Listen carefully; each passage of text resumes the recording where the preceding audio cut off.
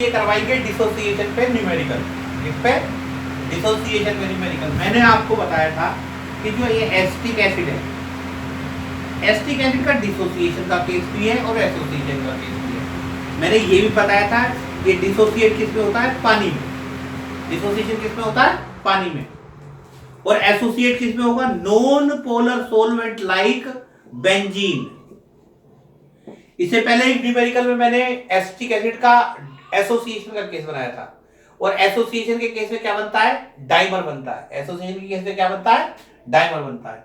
तो यहां पे एसिटिक एसिड पानी में डिसोसिएट होता है, तो यहां पे डिसोसिएशन का केस है। तो अब आपको क्या दे रखा है, ये थोड़ा सा और कॉम्प्लिकेटेड न्यूमेरिकल है। यहां पे आपको दे रखा वॉल्यूम ऑफ सोल्यूट 0.06 ml, और यहां दे रखी है डेंसिटी ऑफ सोल्यूट भी कितना दे रखा है, 1.06 ग्राम पर ml। वॉल्यूम इंटू डेंसिटी से क्या आ जाएगा, मास ऑफ सोल्यूट 1.06 इंटू 0.6। ठीक, और क्या दे रखा है आपको, volume of solvent 1 litre that is 1000 ml। और पानी की डेंसिटी कितनी होती है नॉर्मली, 1 ग्राम पर ml। तो डेंसिटी ऑफ वाटर या डेंसिटी ऑफ सॉल्वेंट 1 ग्राम पर ml, तो इससे क्या आ जाएगा, मास ऑफ सॉल्वेंट कितना आ जाएगा, ये आ जाएगा 1000 इंटू 1 दैट इज 1000 ग्राम। ठीक है, अब हम इससे क्या करेंगे, देखो इससे हम, अच्छा आपको और क्या दे रखा है, इससे तो हम मोलैलिटी निकाल लेंगे, simple molality mass of solute. Mass of solute कितना है, 1.06 into 0.6, molar mass 60 into 1000 divide by 1000। ये क्या आ जाएगी, मोलैलिटी। 1000 से 1000 कट गया तो मोलैलिटी आ जाएगी 0.0106। अच्छा, दूसरी चीज हमें क्या दे रखी है, दूसरी दे रखी है observe freezing point, depression in freezing point. मैंने बताया था हमेशा नॉर्मली क्वेश्चंस में क्या होता है, ऑब्जर्व फ्रीजिंग पॉइंट होता है। क्या होता है, ऑब्जर्व, यानी कि क्वेश्चन में हमेशा ऑब्जर्व कोलिगेटिव प्रॉपर्टी होगी। कौन सी कोलिगेटिव प्रॉपर्टी होगी, ऑब्जर्व कोलिगेटिव प्रॉपर्टी। तो अब हम क्या करेंगे, हमें डेल्टा टीएफ ऑब्जर्व दे रखा है, डेल्टा टीएफ ऑब्जर्व कितना दे रखा है, 0.0205। अब हम क्या निकालेंगे, कैलकुलेटेड डेल्टा टीएफ कैलकुलेटेड, वही केएफ इंटू एम, केएफ 1.86। ठीक है, और मोलैलिटी कितनी आई है, 0.0106। तो डेल्टा टीएफ कैलकुलेटेड कितना आ जाएगा, 0.0197। ये आ गया। अब आप इससे आराम से आई निकाल सकते हैं। आई कैसे निकालते हैं, delta TF observe by delta TF calculated, that is observe कितना 0.0205, 0.0197। इससे हमारी क्या आ जाएगी, आई की वैल्यू आ जाएगी। और आई से क्या निकाल लेंगे, अल्फा। अब देखो आई की वैल्यू कितनी आती है, देखो ये कैलकुलेशन से आई की वैल्यू आएगी 1.041, 1.041। अभी से अल्फा निकाल लो। अब आप देखो यहां से एसिटिक एसिड है, एसिटिक एसिड क्या होता है, डिसोसिएट होता है, CH3CO- ये देखो 1 माइनस अल्फा, अल्फा अल्फा, और I is equal to 1 minus alpha plus alpha plus alpha. I is equal to 1 plus alpha, और alpha I minus 1.041 minus 1 that is 0.041। यह आ गया हमारे पास अल्फा। और अल्फा के बाद हमारा जो लास्ट स्टेप है उसमें हम क्या निकालेंगे, dissociation constant. Dissociation constant KD C alpha square by 1 minus alpha. C यहां पर क्या है, मोलैलिटी। आपको बताया था मोलैलिटी कितनी आई थी, मोलैलिटी आई थी ये 0.0106, 0.0106। अल्फा की वैल्यू 0.041, इसका स्क्वायर 1 माइनस 0.041। तो बच्चों ये बहुत सिंपल है, बस इसमें ये थोड़ी कॉम्प्लिकेशन है कि आपको मास ऑफ सोल्यूट ना देने की बजाय वॉल्यूम ऑफ सोल्यूट दे रखा है, और क्या दे रखा है, डेंसिटी ऑफ सोल्यूट। इससे क्या आ जाएगा, मास ऑफ सोल्यूट। ऐसे यहाँ पे मास ऑफ सोलवेंट नहीं है, क्या है, volume of solvent. Volume of solvent है, डेंसिटी ऑफ सोलवेंट पानी की पता ही है हमें, डेंसिटी ऑफ सोलवेंट कितनी होती है 1 ग्राम पर ml। उससे क्या आ गया मास ऑफ सोलवेंट, फिर हमने मोलैलिटी निकाली, मोलैलिटी निकालने के बाद डेल्टा टीएफ कैलकुलेटेड निकाला, डेल्टा टीएफ कैलकुलेटेड निकल गया, उससे क्या निकाला आई निकाला, आई निकाला अल्फा निकाला, अल्फा के बाद डिसोसिएशन कांस्टेंट निकाला। 2 3 कर दिया। अब हमारे एक्सरसाइज का क्वेश्चन है 2.33, ये भी सेम क्वेश्चन है। यहाँ पे डेल्टा टीएफ क्या दे रखा है, ऑब्जर्व दे रखा है, ये दे रखा 1 डिग्री सेंटीग्रेड। आप क्वेश्चन को पढ़ो, 1 डिग्री सेंटीग्रेड, 1 डिग्री सेंटीग्रेड ये दे रखा है टी डेल्टा टीएफ ऑब्जर्व। और हमें क्या निकालना, वेंटो फैक्टर आई। देखो इसमें मैं आपको एक बता सकता हूँ समरी, पहले आई निकालो, आई से अल्फा निकालो और अल्फा से डिसोसिएशन कांस्टेंट निकालो। और आई किससे निकलेगा, डेल्टा टीएफ कैलकुलेटेड से। तो देखो तो ये आपका सीक्वेंस है, पहले डेल्टा टीएफ कैलकुलेटेड, फिर आई, फिर अल्फा, फिर डिसोसिएशन कांस्टेंट। ये एक सीक्वेंस है, you have to follow this sequence. तो आपको पहले डेल्टा टीएफ ऑब्जर्व दे रखा, आप डेल्टा टीएफ कैलकुलेटेड निकालो, कैसे, केएफ इनटू एम। हमेशा क्वेश्चन में ध्यान रखना ऑब्जर्व कोलिगेटिव प्रॉपर्टी होती है, ऑब्जर्व होता सब कुछ और कैलकुलेटेड निकाल होता है। केएफ कितना है 1.86, मोलैलिटी निकालो, मास ऑफ सॉल्यूट 19.5, इसका मोलर मास कितना होता है 78,1000/500। ये काट दो, ये भी कट गया, ये भी कट गया, 0.93। ये कैलकुलेटेड आ गया, ऑब्जर्व है ही, आई निकाल लो, ऑब्जर्व बाय कैलकुलेटेड 1/0.93। ये कितना आ जाएगा, it come out to be, calculate करके अभी बताते हैं, रुको जरा वेट करो।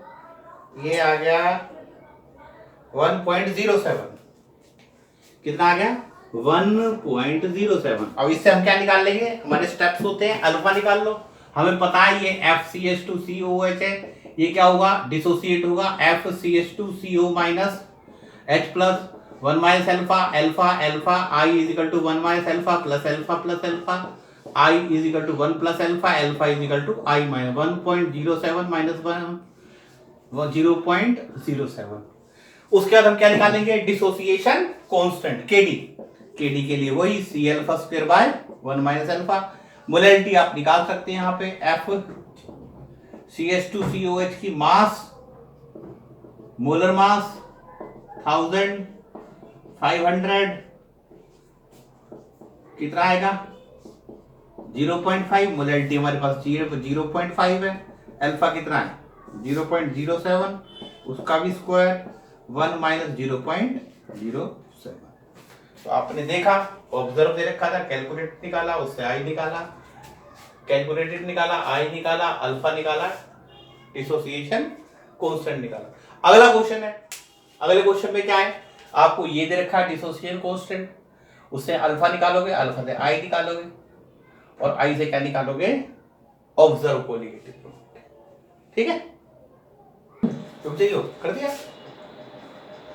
हाँ, अब ये नेक्स्ट क्वेश्चन है।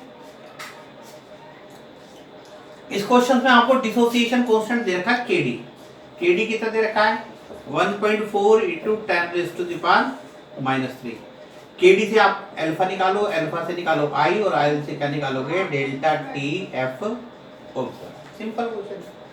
अब KD से, अब KD और अल्फा में क्या रिलेशन है, KD इज इक्वल टू क्या होता है C alpha square by 1 minus alpha.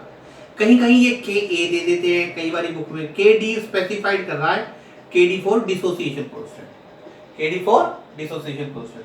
अब यहाँ अल्फा निकालना है तो नीचे वाले अल्फा को निगलेक्ट कर सकते हैं 1 के कंपैरिजन, तो KD इज इक्वल टू क्या आ जाएगा C अल्फा स्क्वायर और alpha is equal to √KD by C।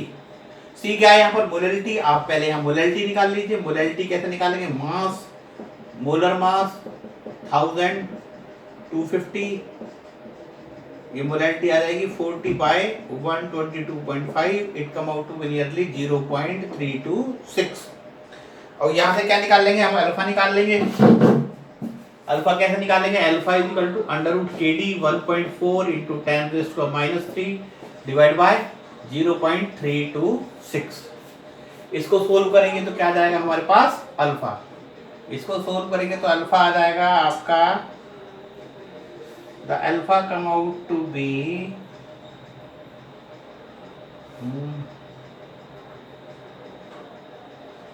6.55 into 10 raised to the power minus 2. 6.55 into 10 raised to the power minus 2. 6.55 into 10 raised to minus 2, 0.065 approximate. Alpha से आई निकाल लेंगे क्योंकि हमें पता है ये डिसोसिएट हो रहा है, CH3 CH2 CHCl COOH CH3 CH2 CHCl COO minus H plus, वही 1 minus alpha alpha alpha I is equal to 1 minus alpha plus alpha plus alpha I is equal to 1 plus alpha, alpha क्या आ जाएगा I minus 1। तो अब ये देखो alpha कितना आ जाएगा, I कितना आया, alpha is equal to I minus या I is equal to 1 plus alpha, हमें तो आई निकालना था, तो I is equal to 1 plus 0.065 that is 1.065। अब देखो हमें पता अल्फा निकाल लिया, अल्फा के बाद क्या निकाल लिया आई, अब डेल्टा टी एफ ऑब्जर्व, हमें पता I is equal to delta T F observe by delta T F calculated, I is equal to delta T F observe calculated कितना है के एफ इंटू एम, तो डेल्टा टी एफ ऑब्जर्व कितना आ जाएगा I into K F into M, I कितना है हमारा 1.065, के एफ 1.86, मोलैलिटी कितनी 0.326। अच्छा कुछ बच्चे ये कंफ्यूज हो सकते हैं, जैसे यहाँ लिखो calculate depression in freezing point, तो हम ये ऑब्जर्व क्यों निकाल रहे हैं, देखो वो कैलकुलेट के कंटेक्स्ट में कह रहा है, वो ऑब्जर्व मतलब है कि ऑब्वियस सी बात है हमें क्वेश्चन में हमेशा ऑब्जर्व ही निकालना होता है, या तो ऑब्जर्व गिवन होता है या ऑब्जर्व निकालना होता है, भाई कैलकुलेट की क्या इंपॉर्टेंस है, जहां पर डिसोसिएशन और एसोसिएशन हो रहा होता है वहां पर कैलकुलेटेड कोलिगेटिव प्रॉपर्टी की कोई इंपॉर्टेंस नहीं, किसकी इंपॉर्टेंस है, केवल ऑब्जर्व की। तो यहां पर भले ही लिखा है, वो लिखने में आ रहा है कि calculate depression in freezing point, find out the depression in freezing point, suppose करो ये भी हो सकता था find out the depression in freezing point, तो फाइंड आउट का मतलब है कि आप पता लगाओ, अब पता लगाने का मतलब आप ऑब्जर्व करके पता लगाओ, और ऑब्जर्व तभी करोगे जब आपके पास आई होगा, और आई किससे निकलेगा अल्फा से, आई किससे निकलेगा अल्फा से, हो गया। अब कुछ क्वेश्चन है आई से रिलेटेड, सबसे पहले क्वेश्चन देखो, मैं हालांकि थोड़ा सा रिपीट कर रहा हूं, उन क्वेश्चंस को देखो। क्वेश्चन है when is the value of I greater than equal to, यानी आई की वैल्यू एक से ज्यादा कब होगी, एक से ज्यादा कब होगी जब डिसोसिएशन होगा, आई की वैल्यू एक से कम कब होगी जब एसोसिएशन होगा, और आई इक्वल टू 1 कब होगा जब neither association nor dissociation, non associated non electrolyte कह सकते हैं, बट नॉन इलेक्ट्रोलाइट क्या होते हैं, जो कि केटाइन और एनायन में डिसोसिएट नहीं होते, नॉन एसोसिएटेड का मतलब है कि उनके अंदर एसोसिएशन नहीं हो। एक तो ये कॉमन सा क्वेश्चन है कि आई की वैल्यू एक से ज्यादा कब होती है, एक से कब कम होती है, एक के बराबर कब होती है, और मैंने आपको बताया था जब कोई एसोसिएशन और कोई डिसोसिएशन नहीं होता तो आई की वैल्यू 1 है, यानी कि ऑब्जर्व कोलिगेटिव प्रॉपर्टी, जैसे अभी बताया था, जैसे I is equal to delta TF observe delta TF calculated, अगर आई 1 है यानी जो ऑब्जर्व है वही कैलकुलेटेड, जो ऑब्जर्व है वही कैलकुलेटेड। इसमें इसके अलावा जैसे क्वेश्चन पूछते हैं कि NaCl के लिए आई की वैल्यू क्या होगी, अगर तो इसमें डिसोसिएशन हो रहा है तो वही 1 माइनस अल्फा करके देखना पड़ेगा, अगर डिसोसिएशन नहीं हो रहा तो आई की वैल्यू डायरेक्ट बता दो 2, AlCl3 के लिए 4, Fe4 FeCN6 कितने 3 पार्टिकल, ये 4 पार्टिकल, ये 7, Ba2SO4 सॉरी Ba2PO4 का थ्राइस तो 2 और 3 5। तो अगर अल्फा नहीं दे रखा तो अल्फा नहीं दे रखा होता तो अल्फा 1 होता है, और जब अल्फा 1 होगा तो आप नंबर ऑफ आयन काउंट कर लो। जैसे इस केस में 2 आयन है, इस केस में 4 आयन है, इस केस में 7 आयन है, इस केस में 5 है। आयन काउंट करो, आई की वैल्यू बताओ, बशर्ते अल्फा गिवन नहीं है। और अल्फा गिवन ना होने का मतलब क्या है? सीधा सीधा अल्फा गिवन ना होने का मतलब है कि आपने क्या मान लिया? अल्फा को 1 मान लिया। ठीक है, ये आई के क्वेश्चन हो गए। दूसरा मैंने बताया था डाइमर के लिए, आई की वैल्यू डाइमर के लिए, अगर डाइमर है तो आई की वैल्यू कितनी होगी? 1/2। ट्राइमर है तो आई की वैल्यू 1/3। टेट्रामर है तो आई की वैल्यू 1/4। पेंटामर है तो आई की वैल्यू 1/5, बशर्ते अल्फा 1 है। बशर्ते क्या है? अल्फा 1। इसके अलावा एक और क्वेश्चन बच्चों से पूछा जाता है frequently, what is the effect of temperature? ठीक है, या which is more appropriated term, which is more appropriated term, more appropriated